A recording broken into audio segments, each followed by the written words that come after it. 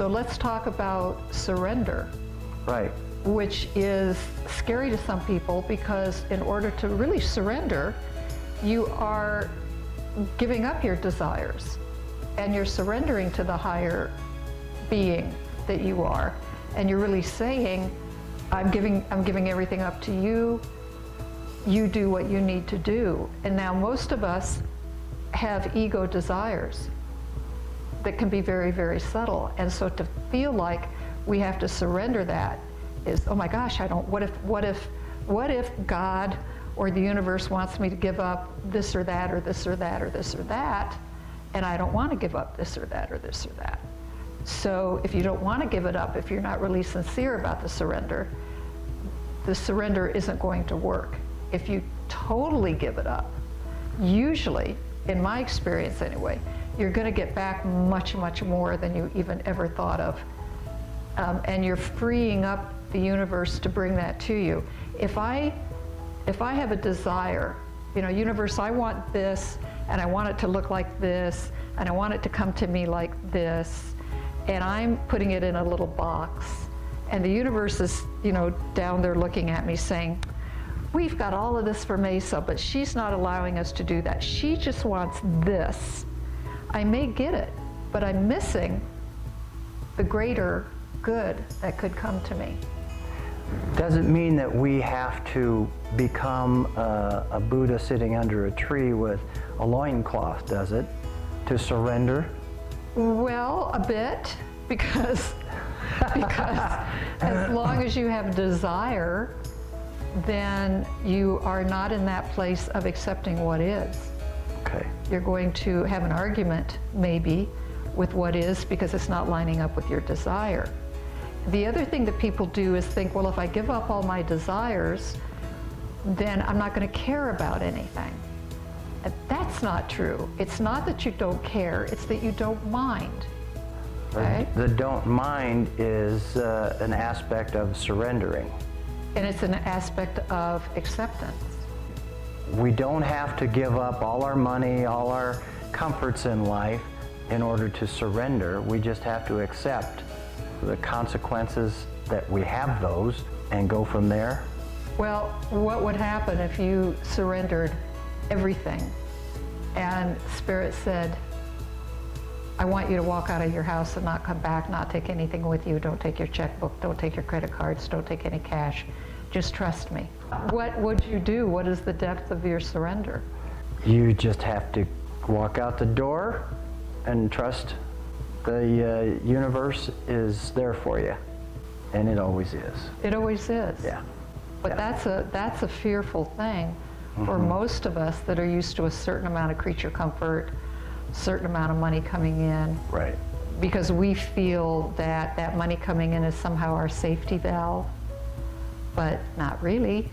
It's not really, because there's a lot of things that could happen that we would turn around and we would have nothing. It's like you said, there could be a greater field that is out there waiting for us, but if we just said, but I want my comfortable little world the way I already know it. Yeah.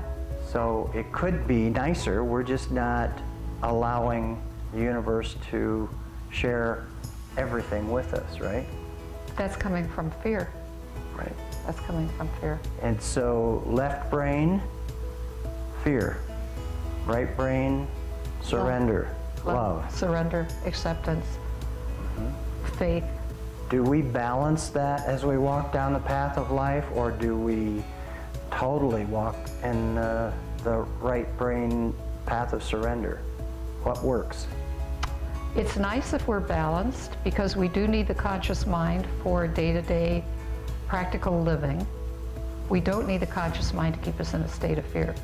The problem is we live in a very left-brain society, and so much of our society shuts down the right brain that we're totally in a state of anxiety and fear, and we can't get that right brain turned back on. So if we are balanced, we have access to the whole picture. The right brain sees the big picture.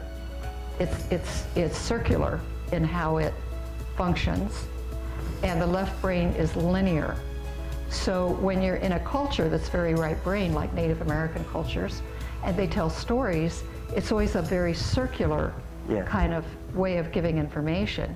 Whereas if you talk to a left brain person, they'll say you go from A to B to C to D.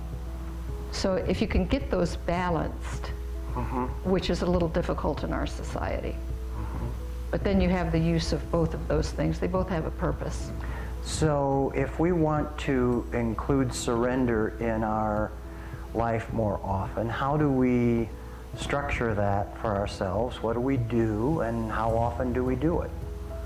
I can only tell you my experiences that every day, every morning when I get up, I make a statement that I surrender everything. You can have any of it. You can have whatever you want me to do, wherever you want me to be. And then I just get up and I go about my day, and if something comes to me or is shown to me that I need to do or that Spirit wants me to do, I've had to really give up my own ambition, my own feeling of what I want or what should happen or how that's supposed to happen. And so, because I have a connection with Spirit, I'm continually asking Spirit, is this your will? I'll get a yes or a no, or don't do that, do this.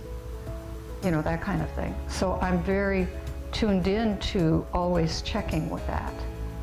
And a lot of times, if it's coming from me, I'll get a no, that's not what I want you to do. I want you to do this. And so over years, I've had to make the decision, am I going to go with Spirit or am I going to go with what my ego wants? And I have learned that as I go on a deeper and deeper walk with Spirit, if I go with my ego, it's not going to work out well. It's just not going to happen. And it's setting the timeline for the results, right? What do you mean? Your ego is saying, I want this to happen on my terms, which would be by next week. Maybe. Yeah. Or yeah. maybe it's just I want this to happen on my terms. Yeah. Or I want this, or whatever that is. It just doesn't work for me anymore to do it like that. And the universe has a bigger picture in mind. And so when we think we have unanswered prayers, it's probably our ego getting in our way. It could be how we're praying, for sure.